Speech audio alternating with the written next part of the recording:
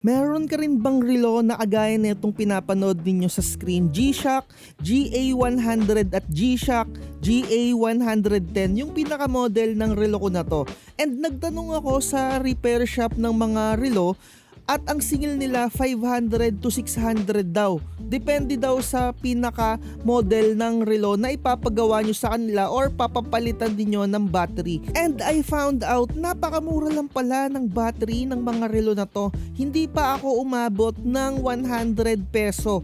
Around 60 to 70 pesos lang yung pinaka-battery ng relo na to. Depende sa brand ng battery na ipapalit mo. Nakita ko rin sa Orange app, napakaraming brand na available na model etong ganitong battery. CR1220 yung pinaka-model ng battery, and yung ginamit ko dito, Renata yung brand. Marami pa kayong ibang brand na makikita ng battery na to. Merong Panasonic, Maxell, Energizer at iba pang brand. At eto nga yung pinaka nakita ko na magandang battery dito sa ating G-Shock na relo, Renata.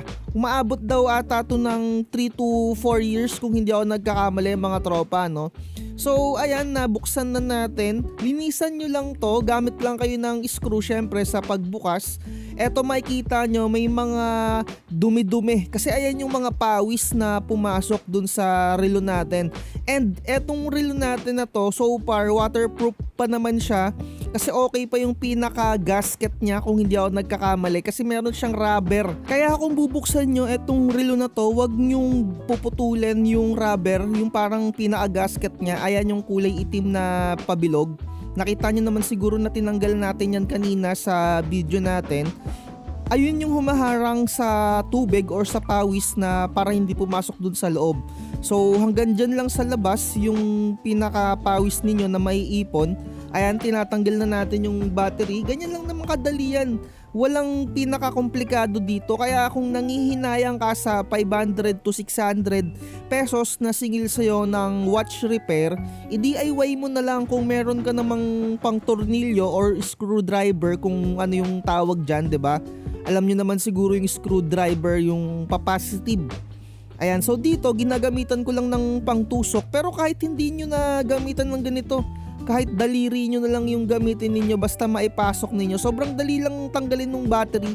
Pasensya na dahil hindi maayos yung pagkaka-video natin, no? Pero as in, napakadali lang talaga niyang gawin. Meron lang siyang gagawin after ninyong mapalitan yung battery. Eto, no, yung parang ire-reset mo yung pinaka-relo ninyo. Ayan, no? Meron namang guide doon kapag na-open mo yung relo. Ayan. Kumbaga ipagtatouch lang natin. So once na magawa mo yon, linisan mo lang yung pinaka-rubber na yan. And syempre ibalik mo na lahat-lahat ng tornilyo. Ayan. So nakikita nyo naman, nilinisan ko lang. Ayan, nilagay ko yon, tapos binalik ko yung pinaka-plastic na cover din niya para hindi gumalaw yung pinaka-module niya sa loob. Ayan, 'di ba? Linisan nyo lang syempre para okay na okay pa rin yung relo ninyo. And ingatan ninyo na wag mawala yung screw. Pero may mga nabibili naman na replacement ng screw na ganito, pero hindi na siya yung kagaya ng original. Iba kasi yung presyo ng original na screw ng mga G-Shock.